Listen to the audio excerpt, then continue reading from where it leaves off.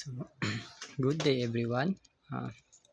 My topic for today is about solar thermal central receiver. So, alam nyo ba yung solar thermal receiver?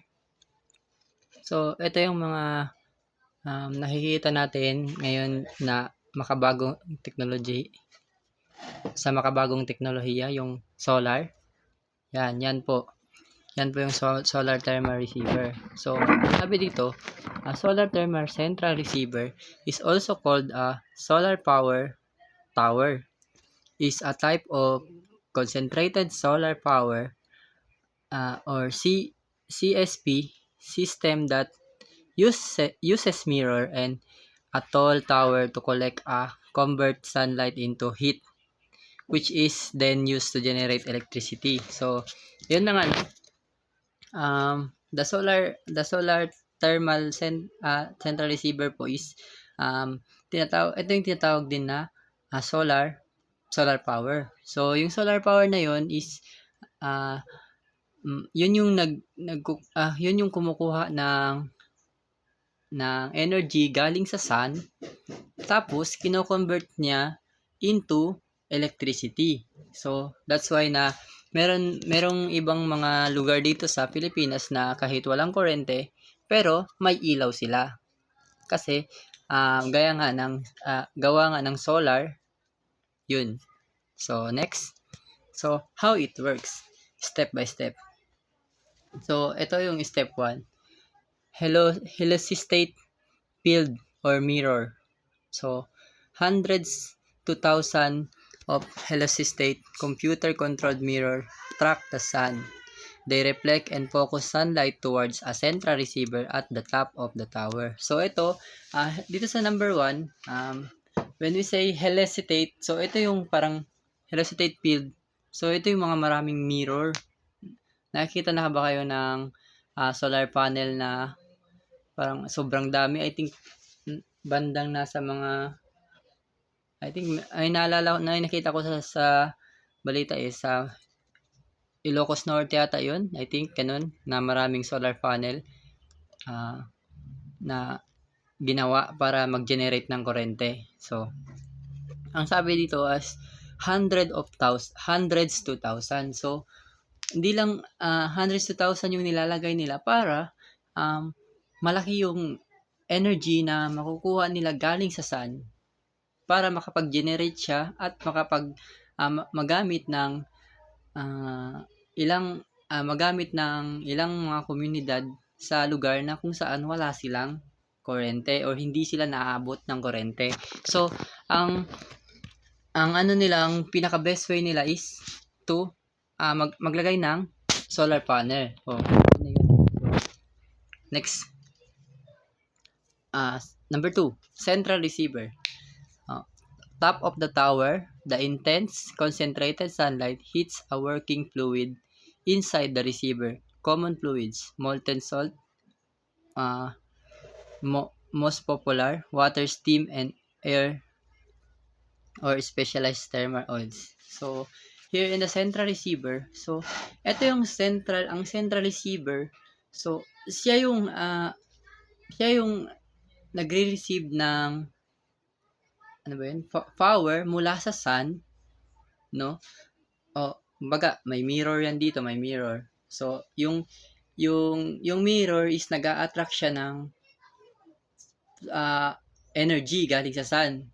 So, yun yung trabaho ng mirror is ma-attract yung kumbaga, mas malalong mapainit. Pag may mirror kasi, 'di ba, pag itapat niyo yung mirror sa sun, mas lalong umiinit pag nakaharap ito sa mukha mo or saan ba yan. So, mas lalong umiinit yan. So, yung mirror trabaho niya is mag-collect ng sunlight. Tapos, yung central receiver naman, siya na yung concentrate ng sunlight hits para i-convert na ito into energy power. So, yun yung mga common fluids na ginagamit dyan is molten salt, water or steam. So, yun. Number 3, thermal energy storage. Many system use molten salt because it can store heat for many hours, allow electricity production even at night and during cloudy period. So, number three, ito yung thermal energy storage. Yung thermal energy storage naman, kung dito iniipon lahat ng mga ano ba tawag yun?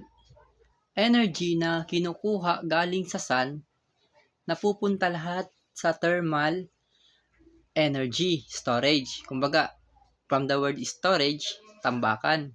'Di ba? Tambakan ng mga energy doon.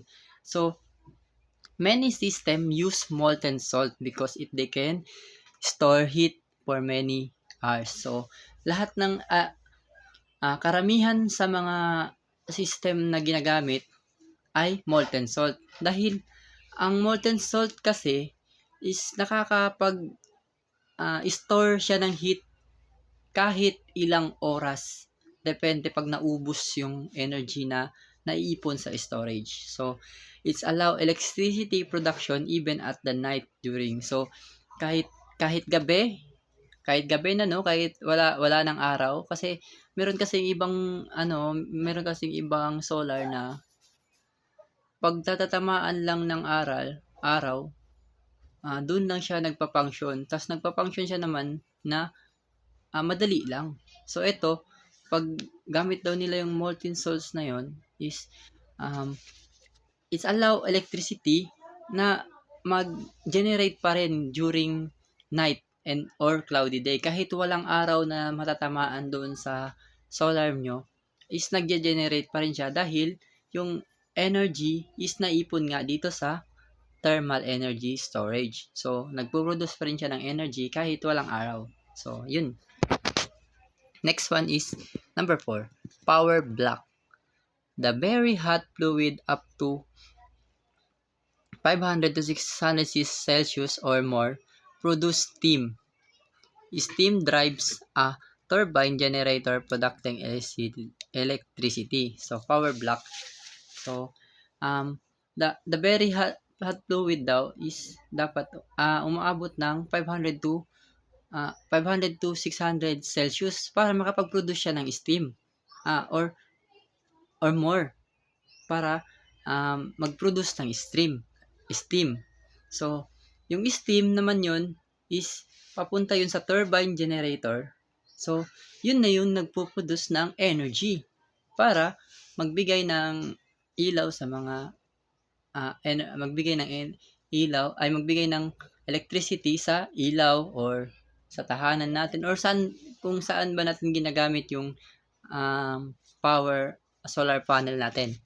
So, next is key features. So, ito yung mga key features niya, no? High efficiently due to high operating temperatures. Then, energy storage make it more reliable than the solar BP. Then last is ideal for desert region with a strong direct sunlight. So ideal. So means ideal itong sunlight na yung solar panel na to is for the desert region. Yung mga lugar na halos disyerto, walang puno para madali lang makapag-produce ng energy from sunlight. So that's my report about solar thermal central receiver. So, thank you.